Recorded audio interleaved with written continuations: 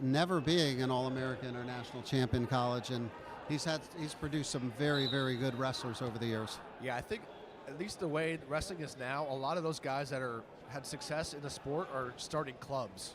You know, so you see the David Taylors opening his club. You got Sasuli running. Do you have Red Hawk here now, or does he have his own club, Matt Sasuli?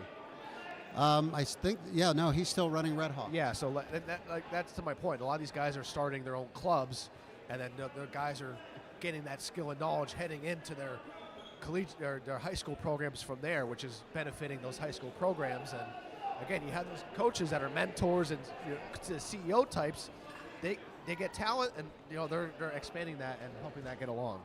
And I mean, being a great coach doesn't mean you have to be a great athlete, but many of these great athletes are great coaches technically. Yes. Yeah. Now, they certainly have to do well in the other areas, but I mean, if your coach is a phenomenal technician or you have the staffing that can provide that, that's a huge, huge advantage. You see these young wrestlers, right, going to the Olympic trials and competing in high school, not just in the men's division, but in the girls.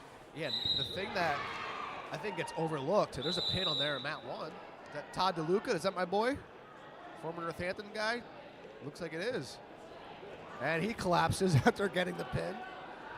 I don't know if you know Todd. Oh, it looks like a little WWE going on there where he tried to cover around here. He was a Northampton guy back when my uncle wrestled in the 90s. Good guy.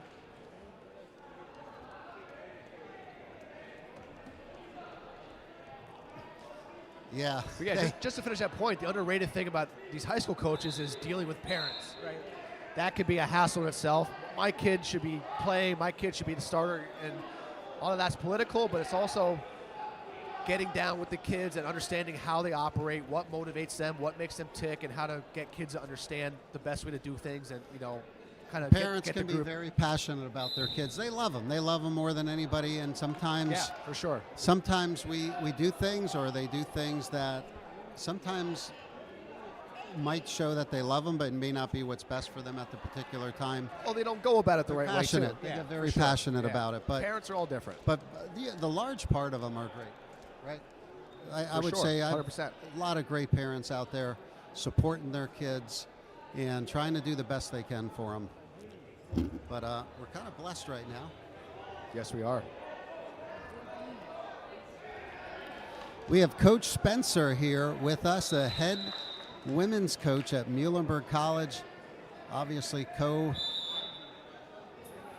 of the Muhlenberg location for this tournament. And you kind of partnered a little bit with John Bolich here and brought this event over to Muhlenberg College. Can you tell us a little bit why? Yeah, thank you for being on here. This is a great day, great opportunity for these men and women to be able to wrestle and compete. I've known John a long time when he was wrestling at Lehigh, and I was an employee there, and our relationship has always been there. And then he presented the opportunity to bring this tournament here for the springtime. It was really a no-brainer to me. I'm a huge advocate for the sport of wrestling in any form or fashion, and to have people walk away talking Muhlenberg and Muhlenberg wrestling and Muhlenberg women's wrestling when they go back to their home location, that to me is a win right there. So it's about promoting the sport, it's about promoting Muhlenberg, and you never know, we might get some students out of the deal. So how does it feel to be back? Like, did you have a little time off from the mats? I know you were. I did, yeah. You were working in the athletic. You're an assistant athletic director here as well. Assistant AD, yep, and getting into the room when I was presented the opportunity just under a year ago. It was exactly what I think I needed in my life at that time, and being able to promote the sport that I love and grow it on the girls' side, which is high school wrestling, girls, women wrestling at the college level. And to me, it's happening. Like I said, this is happening, and why not try to get out the forefront of it and be an advocate and promote it and really guide it. And it's been an amazing year. I've met some amazing young ladies, parents, families. And had the opportunity to reconnect with a lot of people that I know in the world of wrestling in general. So it's been fun. It's been a win.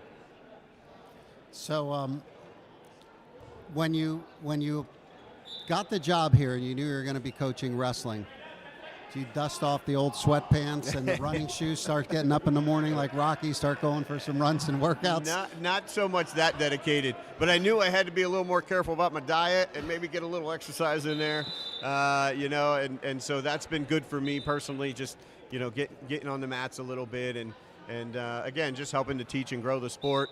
I've tried to visit all the high schools, or at least a lot of the high schools over the past, this past season. So just to get our name and face out there.